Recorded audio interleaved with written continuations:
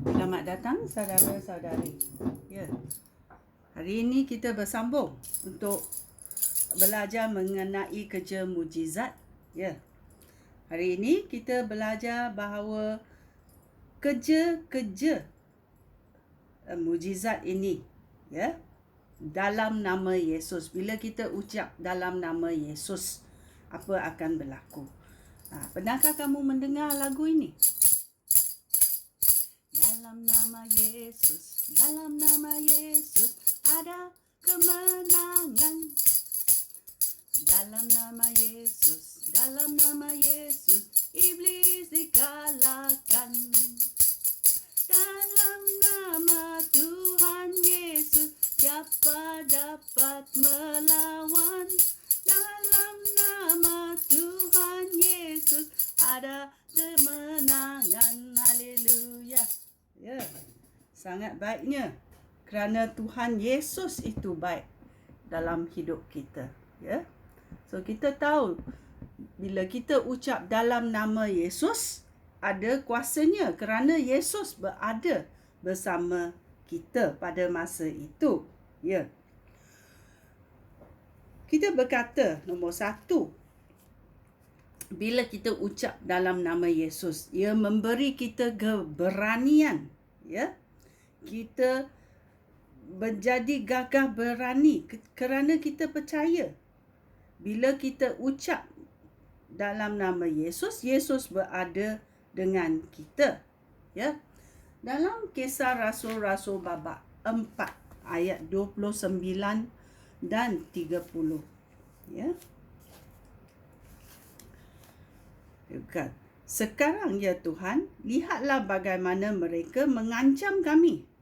Tolonglah kami hamba-hamba kamu memberitakan perkabaran kamu dengan penuh keberanian. Tunjukkan kuasa kamu supaya orang sakit disembuhkan. Hendaklah mujizat dan keajaiban berlaku dengan kuasa Yesus, hamba kamu yang suci. Ya, dengan kuasa Yesus, hamba Allah, ya, yang suci, kita mengatakan dalam nama Yesus, ya, dan mujizat akan berlaku, ya.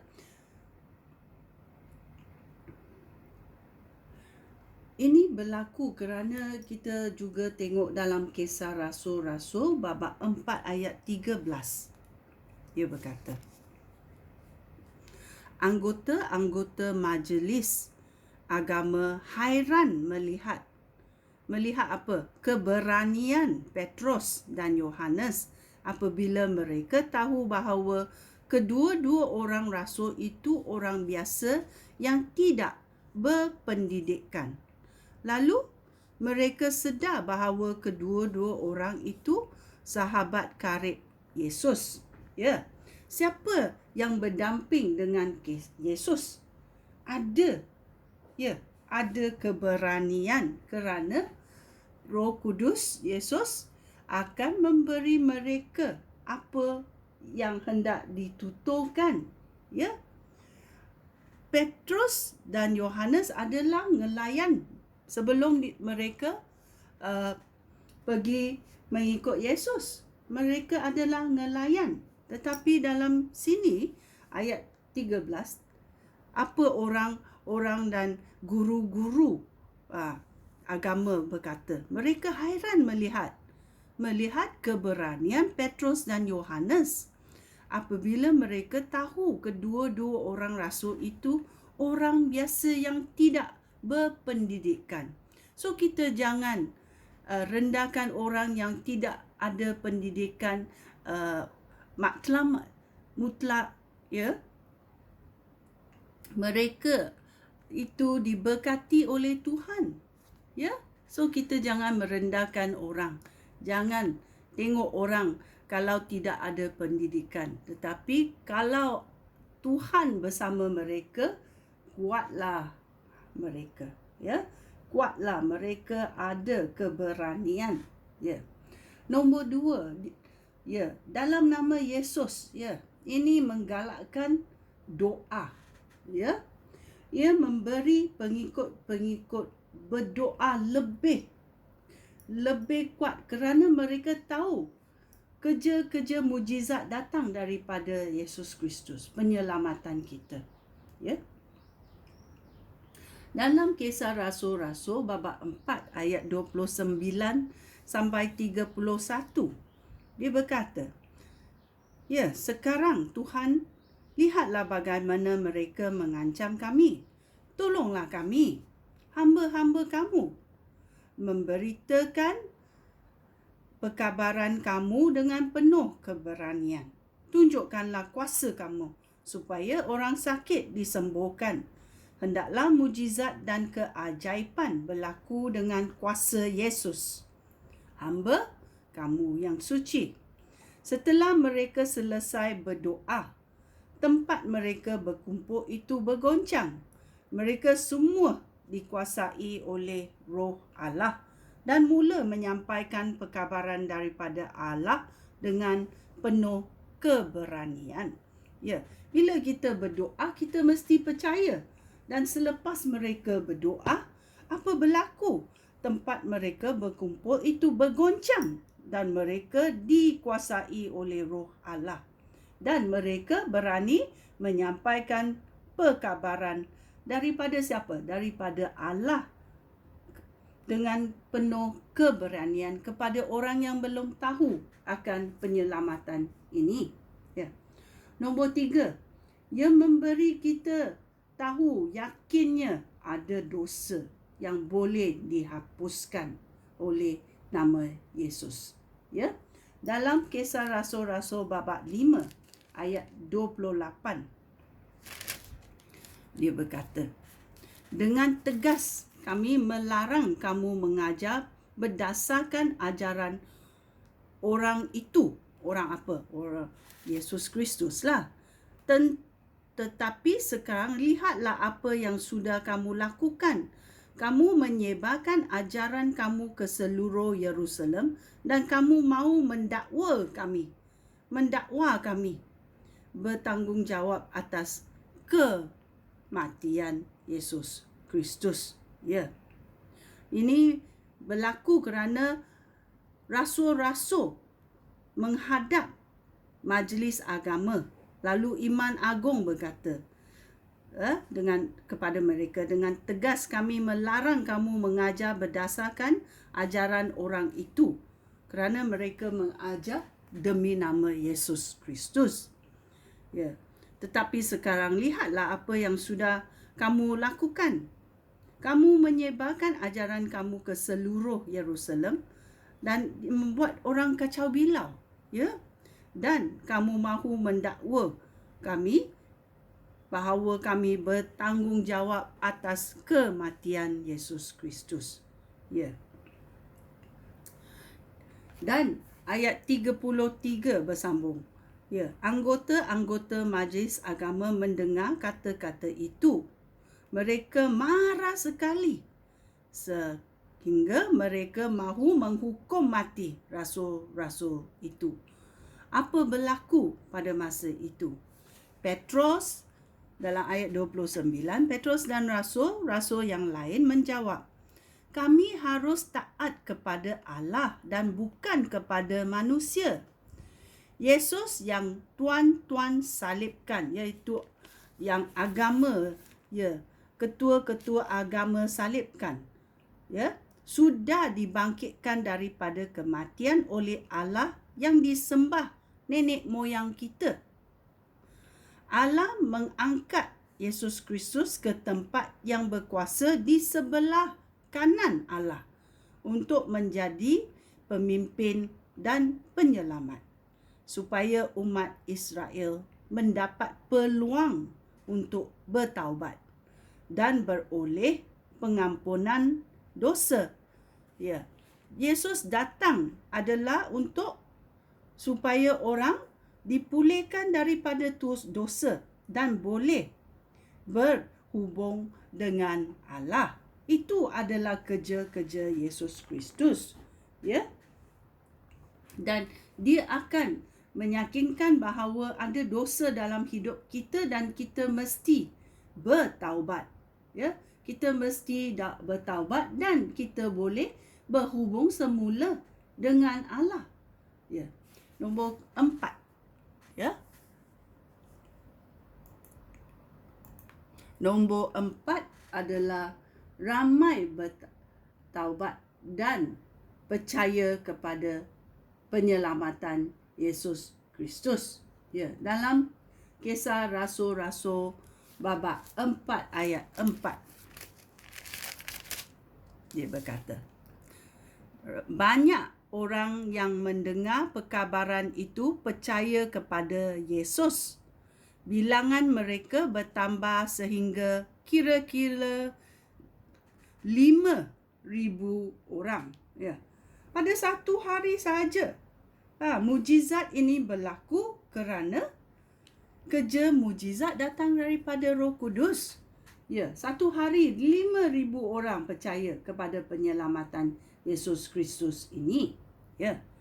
Dalam Kisah Rasul-Rasul babak 5 ayat 14 juga berkata, bilangan mereka semakin bertambah kerana banyak orang lelaki dan perempuan percaya kepada Tuhan. Ya, orang biasa, ya, lelaki dan perempuan percaya kepada penyelamatan Yesus Kristus. Ya. Nombor 5 adalah dalam nama Yesus, ia akan memuliakan Allah Bapa. Ya. Dalam Kisah Rasul-Rasul babak 4 ayat 21 berkata,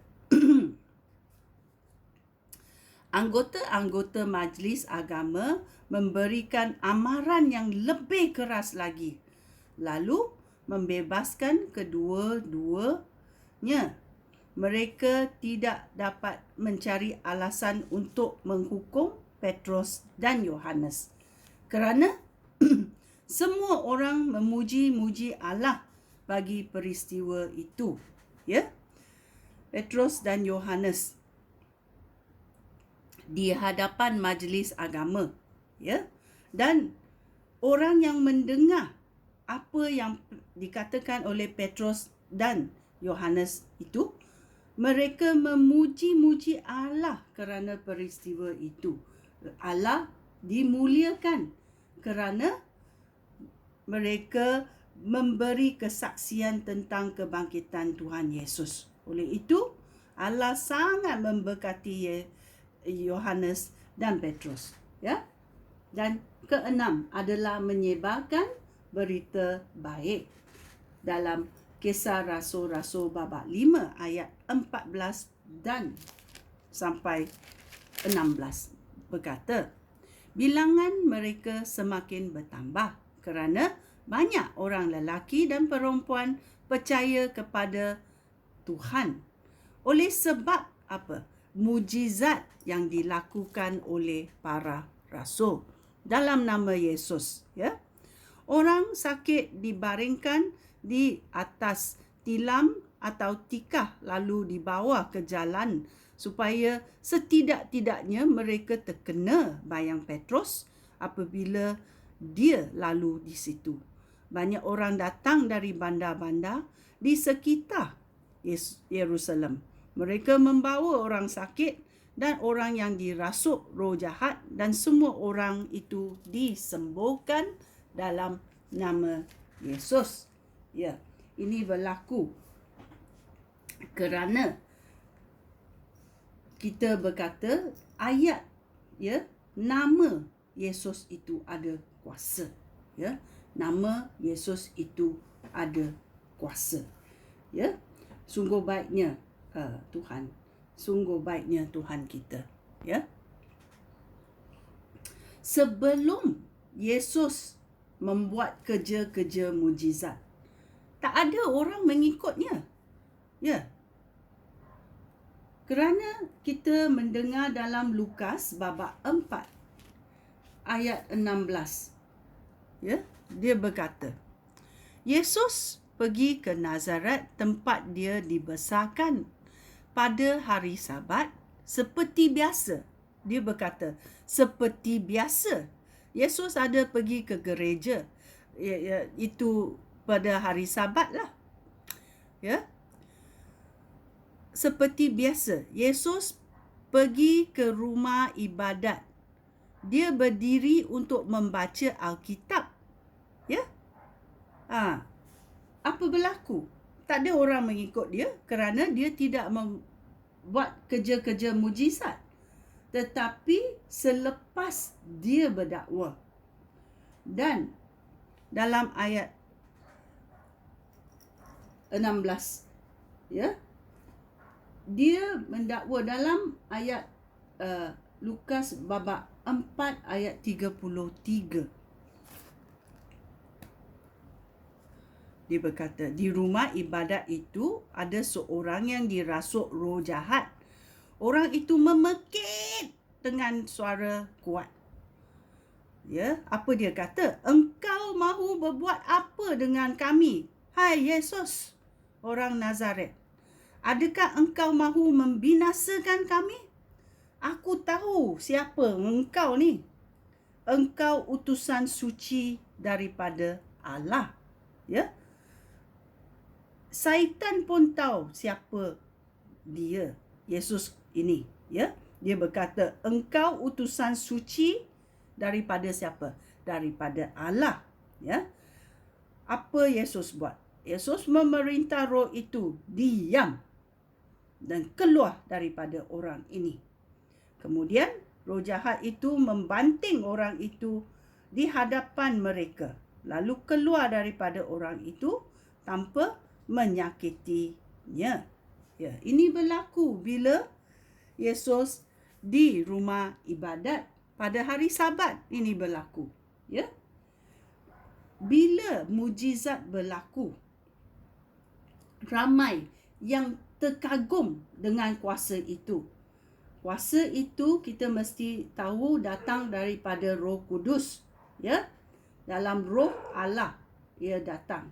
Dan selepas orang melihat kerja mujizat, banyak yang nak ikut. Banyak yang nak ikut dia. Dalam Yohanes babak 6 ayat 2 dia berkata,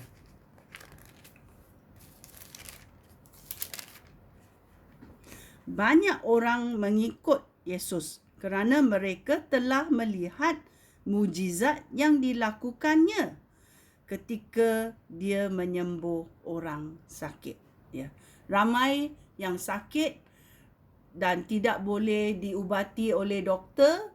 Ramai yang dirasuk iblis atau roh jahat tak boleh dikeluarkan. Mereka datang kepada Yesus Kristus kerana dia berkata, ramai orang mengikutinya kerana mereka melihat mujizat yang dilakukannya. Mujizat apa? Mujizat untuk menyembuhkan orang sakit, menghalau syaitan-syaitan keluar daripada orang-orang yang dijangkiti penyakit-penyakit atau roh jahat ini. Ya. So ini adalah